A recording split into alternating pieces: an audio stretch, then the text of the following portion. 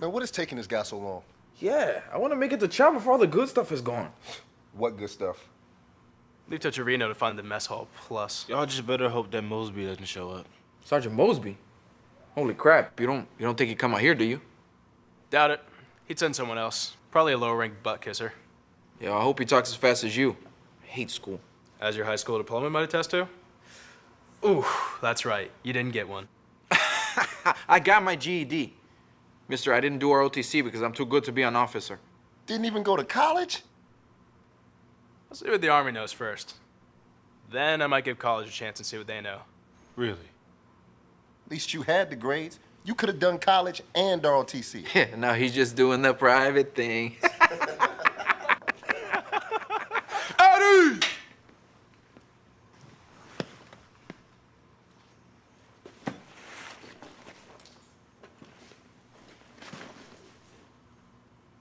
As you were.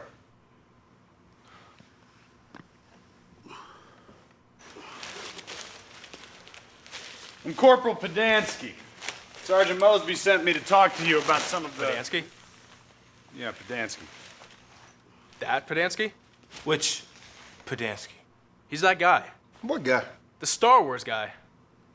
Oh, that's him! Let's not get distracted by trivial... Gosh, you're famous. Everybody knows who you are. Duke Joy Talker. Funny, you look smaller in person. Join me and I will complete your ranger training. I'll never join you. You destroyed my father. No, I am your father. Eddie!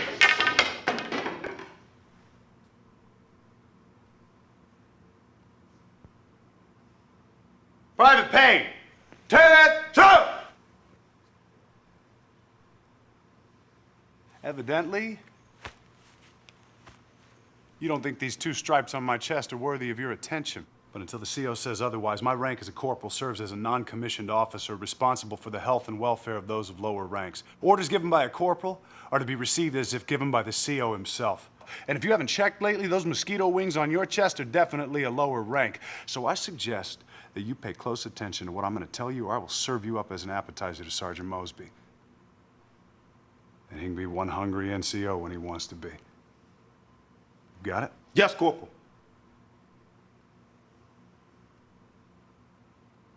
As you were. As you were, men.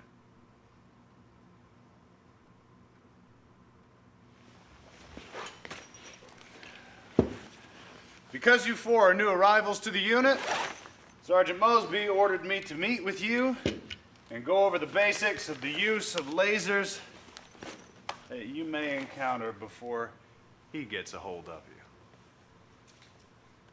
Really? Already? It's just that it's getting late and mess hall closing in about an hour. We have been here a while. We are pretty hungry, even from mess hall food. Hungry, are you? Well, the reason that I kept you waiting with your stomachs growling is because I want you to remember what we talk about here tonight. So, when you run over to the mess hall and chow down whatever it is that's left, think about what we talked about. Never forget it. Because if you don't follow what I'm going to tell you, the only thing that you're going to be hungry for is the day when you have both of your eyes to see what it is you're eating. Private Payne, since you are so well informed, why don't you tell everybody just exactly what you know about the Star Wars incident? Just that it was funny as hell. When I first heard it,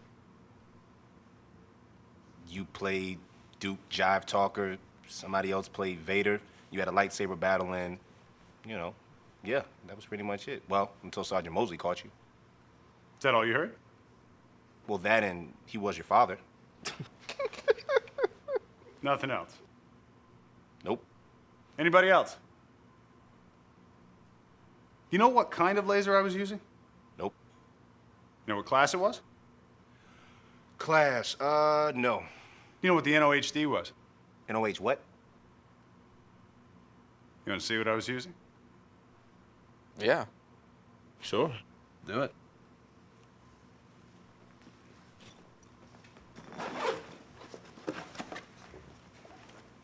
It was green laser. Show us what it looks like.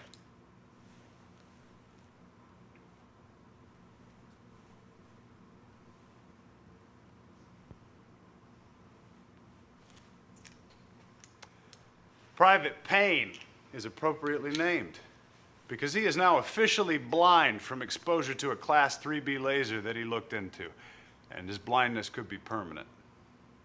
I'm not blinded. There wasn't even anything coming out. You looked right down the barrel. It's always a good rule to remove the batteries when the laser's not in use. Had the batteries been in, you could be blind right now. Let me try it now.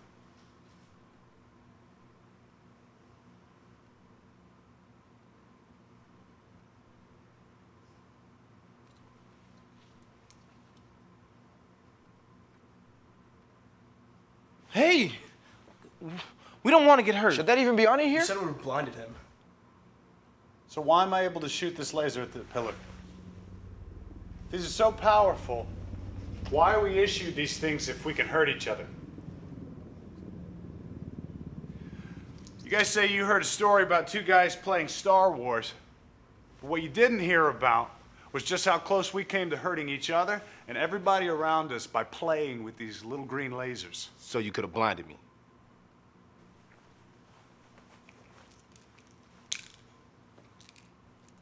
What's this? That is the only thing that allows you to use this during training without seriously hurting anybody. How?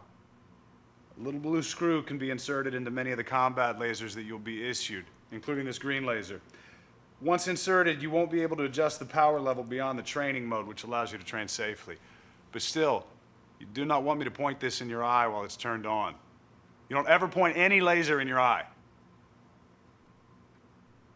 You guys heard a story about two guys playing Star Wars, but you didn't hear anything about how to protect yourselves. That's what I'm here to do. And believe me, it's better you learn these basics from me than find out the hard way from Mosby.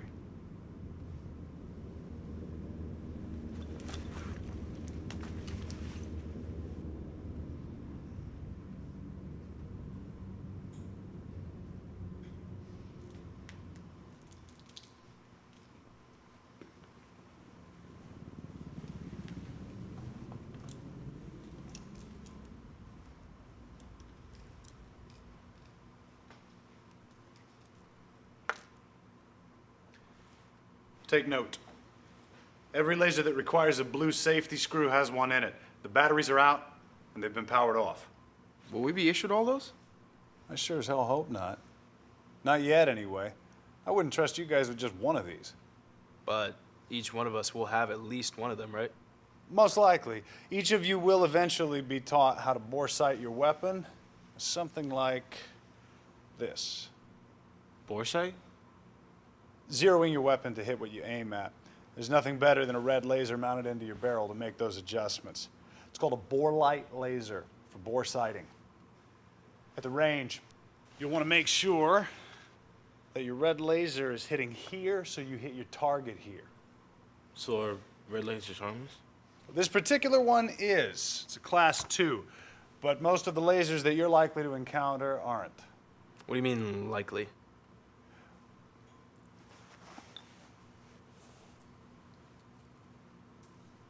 You ever seen either of these? Sure.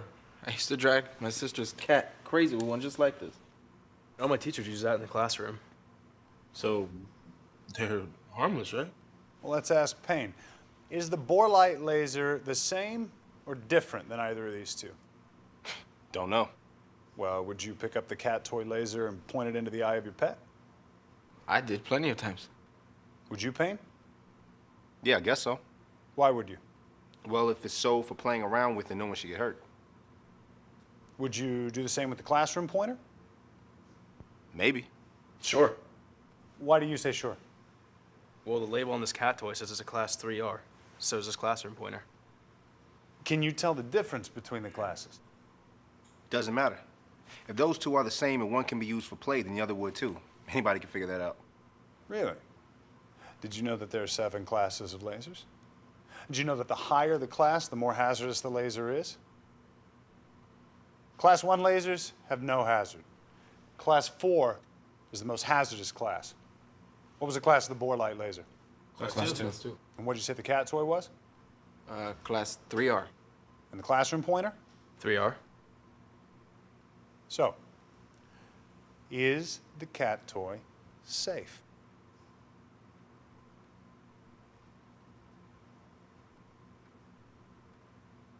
Is the pointer? Consider this. It's called a PEC-15. It's a special kind of laser, a laser pointer used for aiming your weapon. Some call it an aimer. Now, it has both a visible beam and an invisible beam, or IR laser. You want me to point this at your eye? No. Why not? The visible beam is a class 3R. It's the same as the cat toy. How do you know that? It says so, right on the label. Yeah, but it's a higher class. Every laser above class 1 has a label. Why doesn't class 1 need a label? Because it has no hazard. But every other class could. So if the visible beam on this PEC-15 aimer is a class 3R, let me ask you again, can I point it at your eye? That's okay. Can I point the cat toy into your eye? No thanks. Why not? If it's good enough for the cat, isn't it good enough for you? Yeah, but I don't point lasers at cats. They do. Fair enough. Trevino, can I point the cat toy laser into your eye? I don't want you to. What about the classroom pointer? Not that either. Me neither. Right answer. Class 3R lasers aren't likely to cause an eye injury, but the energy they emit is above the safe level, so the potential is there. So like I said, the bore light laser is safe, but most of the lasers you're likely to encounter aren't. Bottom line, don't point lasers at anyone Yes, unless instructed to, period. But just when you think you have it all figured out, you get this. Remember what this is? Miles' laser system. Good. What's it for? Training as you would fight, force on force. You wear the harness. There's a laser pointer mounted onto the front of your weapon. You fire, you hit the target, one of you wearing the harness, and it sets off a sensor that makes a really annoying sound. How do we do that? Do what? How do we fire these lasers at each other at close range, but nobody gets hurt? Well, these aren't really lasers. Sure it is.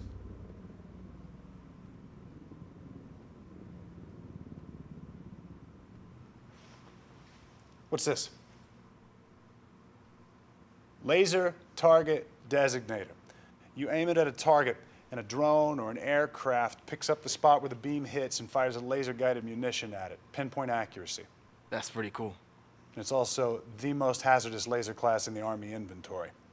You know what backscatter is? No. It's when the laser-guided munition sees your designator instead of the target, so the bomb drops on you. You want me to shoot this laser into your eyes? What's this? Binoculars? It's more than that. It's a laser rangefinder. What's it used for? To determine distance to a target? Good. How?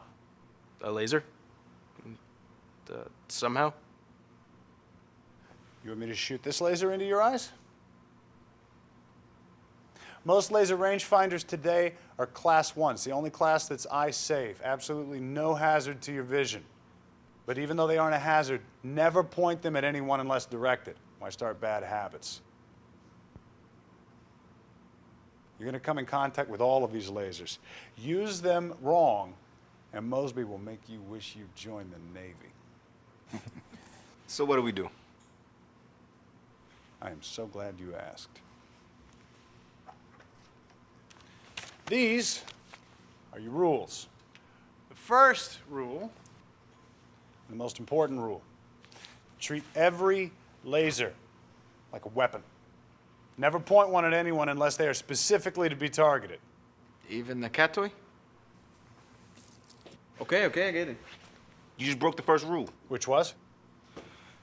Treat a laser like a weapon and never point it at anyone unless they are to be targeted. So you can be taught. That's exactly right, Payne. And after this little session, you will never point a laser at anyone ever again unless directed in your training. But if I have to keep pointing these at you in a threatening manner until you begin to believe that and respect it, Sergeant Mosby will allow me to continue doing so. You believe me. You'll prefer that to having Mosby catch you breaking rule number 1. You understand? Yes, Corporal. Rule number 2. Look for the label on the laser that shows where the laser beam will come out. Never look in here.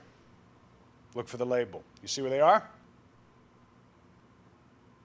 The arrow will show you where the laser comes out. It's called the laser exit aperture. You never look into this aperture to see if the laser is on. How do we know if the laser's firing? Every invisible beam laser that we issue you comes with an emission indicator light. Right? If it does not come on when you fire the laser, your only option is to check the batteries. Do not look into the port to see if the laser is working. So the emission indicator light is all you need. But what about lasers with beams that you can't see? Well, if you don't see it hitting the ground, like this, it's about the best indicator you're going to get. Remember, you won't necessarily see a beam through the air, only the spot that it hits. So it's recommended that you target the ground so that no one could accidentally get hit. And if you don't see it, then try changing the batteries. Still no spot? Have the laser replaced. Rule number 3. Know the NOHD for each of these lasers and never engage a target inside of that distance. The NOHD? What the hell is that? All you need to know is how to find the NOHD on each of these. Find the label. It should list the NOHD for you in meters. If it's not on the label, check the manual. But what is NOHD? Nominal ocular hazard distance. NOHD is basically the minimum safe distance that you can be away from a laser and not be hurt by it. For instance, for the Miles laser system, the NOHD is 10 meters. Is that far?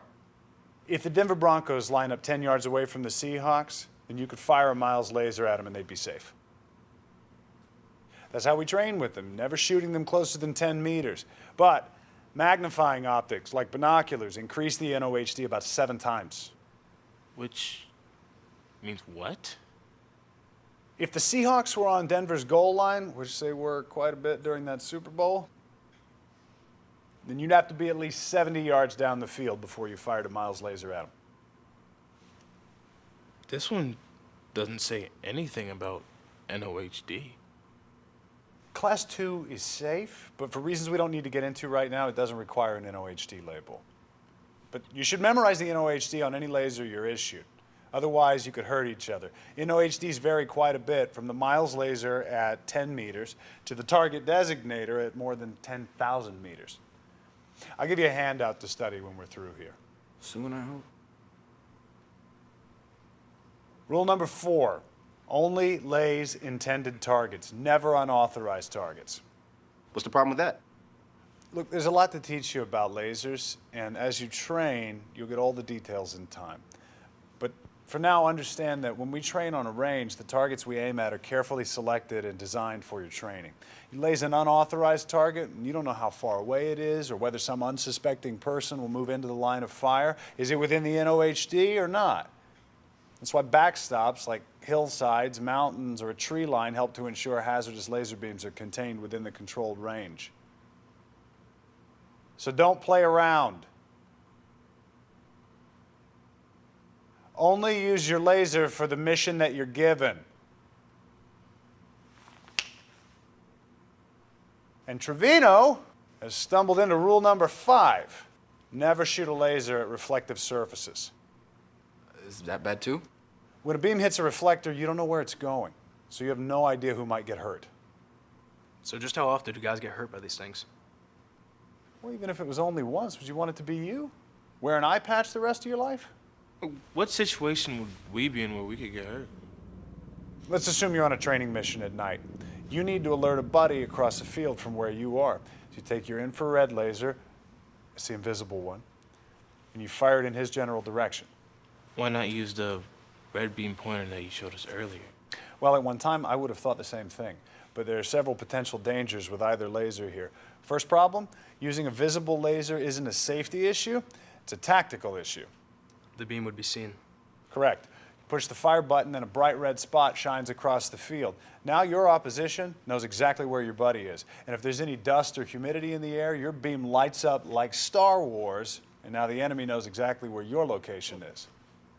Well, there's that. Second problem, say your buddy's wearing NVGs. Either laser, red or IR, could hit him in the goggles and bloom them, so temporarily at least, they're useless. But he's not hurt, right? No, but now his NVGs don't work, so he's in the dark fighting blind.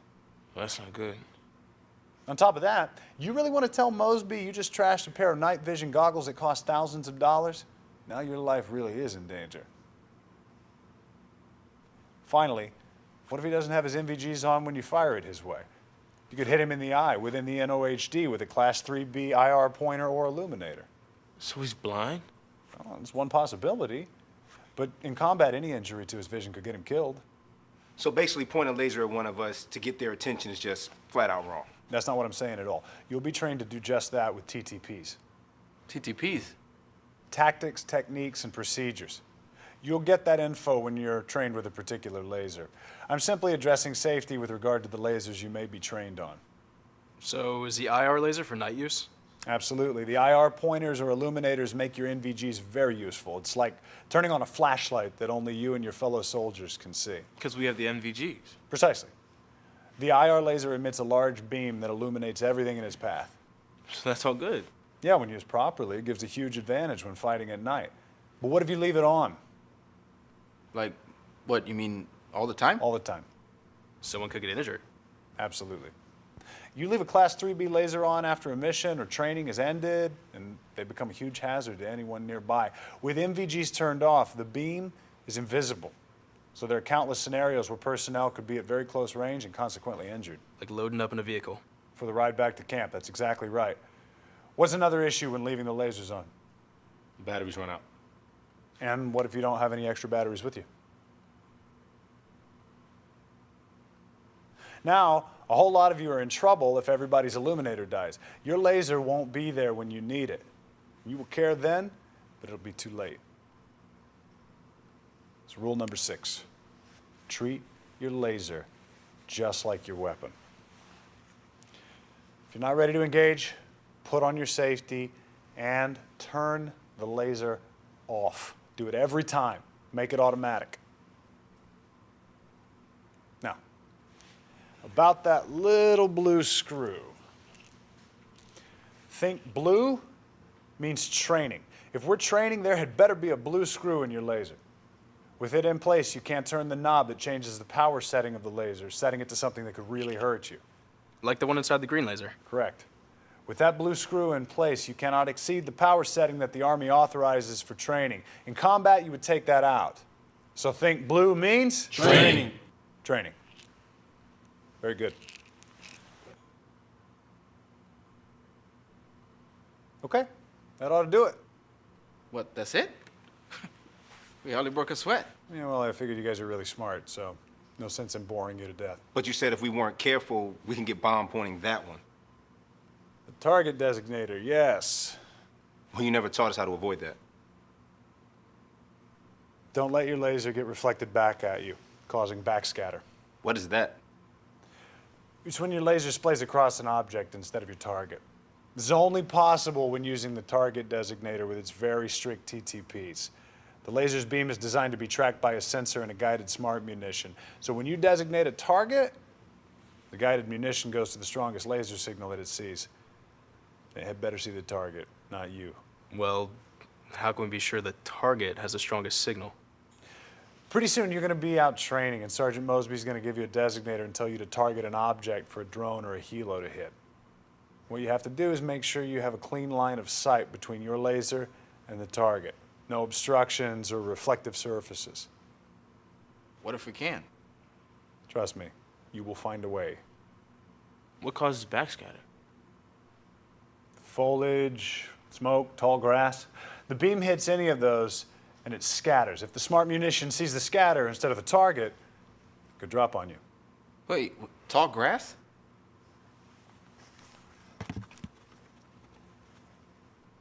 See this? A night vision camera caught the beam from the soldier's designator. See the blooming effect that it has on the tall grass in front of his position? Yeah. Yeah. That looks like a pretty nice bloom to the sensor on the laser-guided munition looking for that soldier's target. What if it can't differentiate between the target he aimed at and the grass bush in front of him?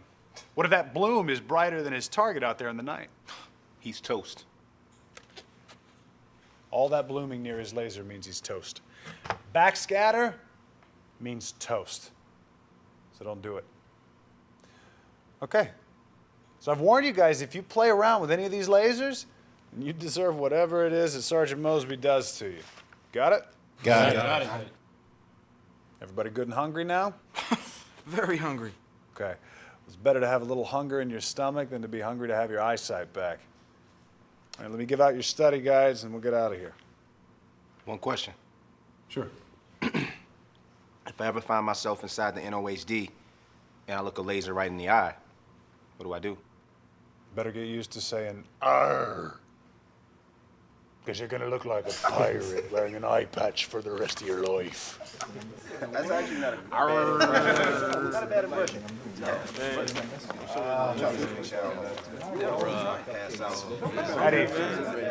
Eddie. Learn from me. Okay? You don't ever want to be that guy. Hoo-ah, Corporal! Now go eat.